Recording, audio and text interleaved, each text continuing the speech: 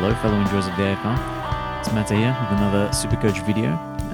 And this week, humbled is what I'll say. Yeah, and it's not fun. So the season rank's gone down 5.3k. Not good. 1852 is a very poor score for this week, especially when it's top 18. You gotta capitalize on that, and I didn't. But yeah, the story of the week is what'll make you laugh or make you cry. So Marshall, who I was loving last week, got a 51. And then Ambrosio and Williams, who were holding down the defense for me, who got 90s the previous week, both got subbed out. They got 90 between them this week. So shout out to them.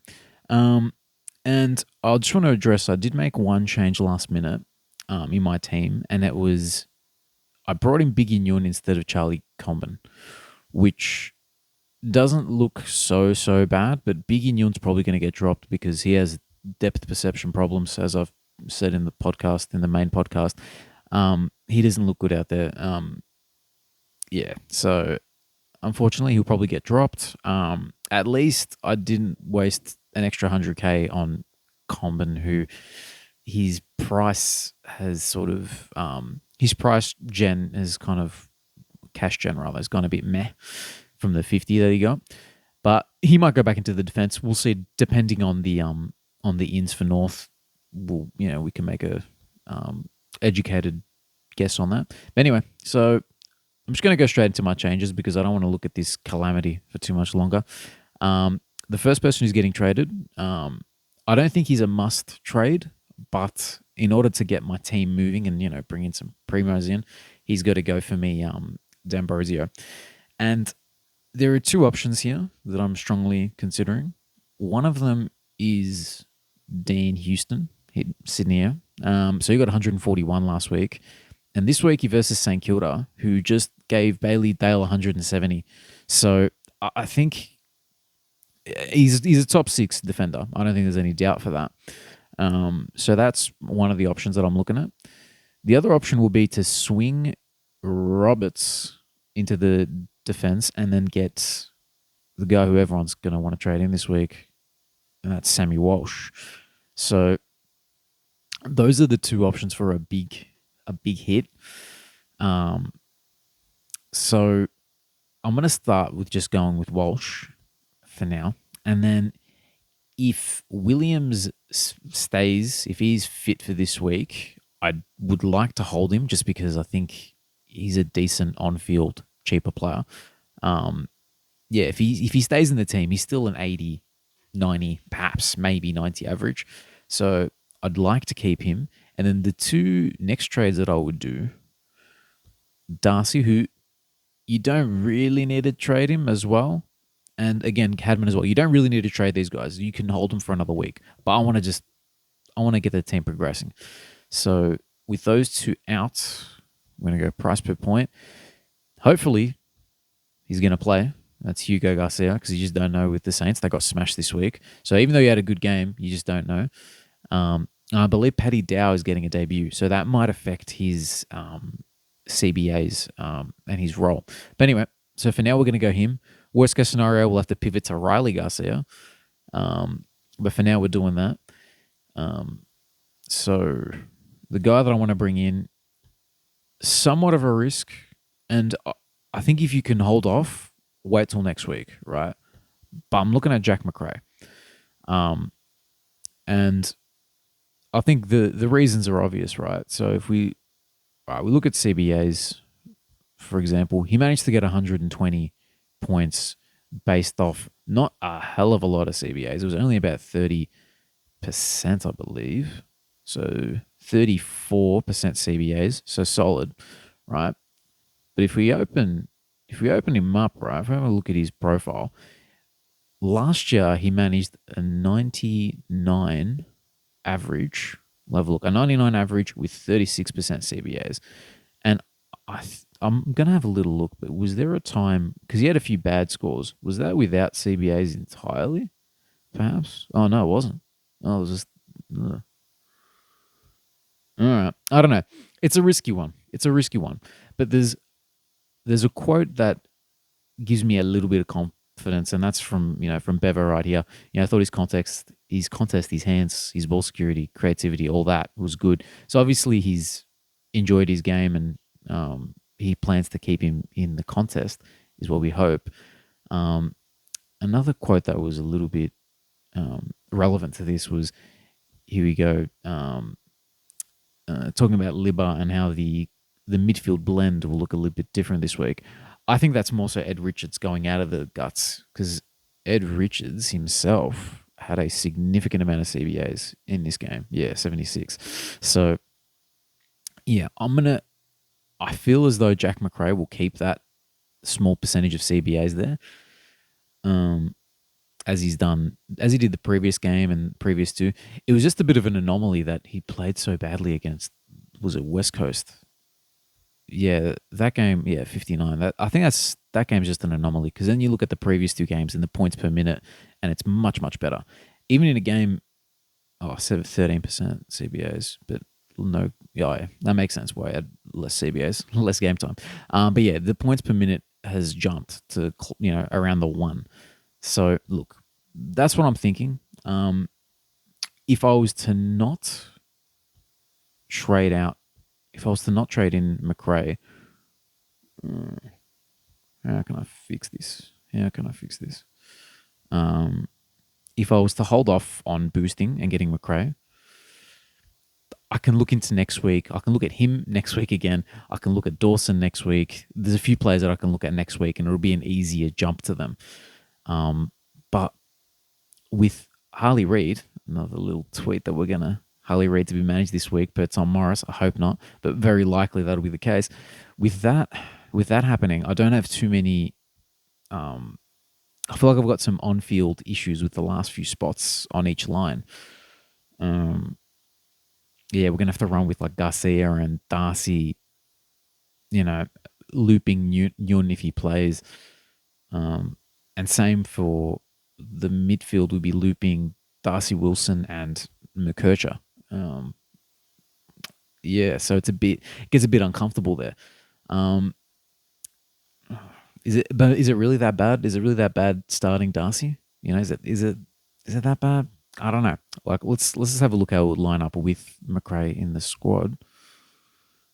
Let's have a little look. All right, so he comes in. I got $800 left, not a lot, and the team looks, all of a sudden the forward line, Harley Reid ends up being F6 in this team once he plays. So the team ends up looking pretty strong.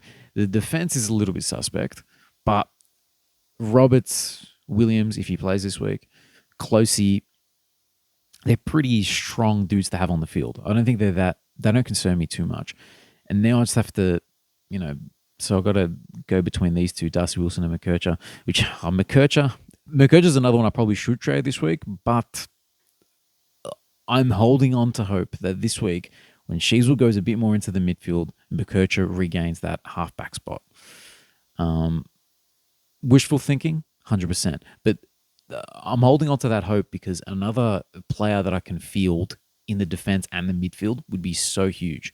And considering everyone's trading him out, it would be a point of difference. So I'm willing to just, ride or die by him. If he doesn't provide the goods this week, then I'll just lose him at 230k, whatever he'll end up being. So I'll show you quickly the other option with Houston. And in order to do that trade, we need to get rid of, obviously, Walsh to start with. Roberts back there. Houston. No, I think I've done this wrong. But basically, I'd have to trade Zach Williams instead of Darcy, which sort of, again, ruins the players at the end of each line. It's starting to look a bit weaker. So anyway, forgive me for my rambling in this video. I haven't been not overly prepared, and I'm in two minds with a lot of what I'm going to do. But likely, I'm just going to go with Jack Macrae, because we know what he can do. We just, we're taking a little bit of a risk going early on him, because if he has a bad score, then everyone can forget about him. Whereas for me, I'll be stuck with him. But it's a risk I'm willing to take. It allows me for getting in early on someone who, could be a season-long keeper. And it beefs up the forward line nicely, man. Like, let's just have a little look, if we do that. That looks good. That looks really good with, those six. And I don't have to worry about the forward line ever again, pretty much. And we'll get Riley Garcia to come in next week, and hopefully he can be another option. But yeah, sort of leaves the team in a really strong position. And on to next week, right? I can't spell. On to next week. I don't care what people have been saying about him being, he's a bit off, he's this, he's that.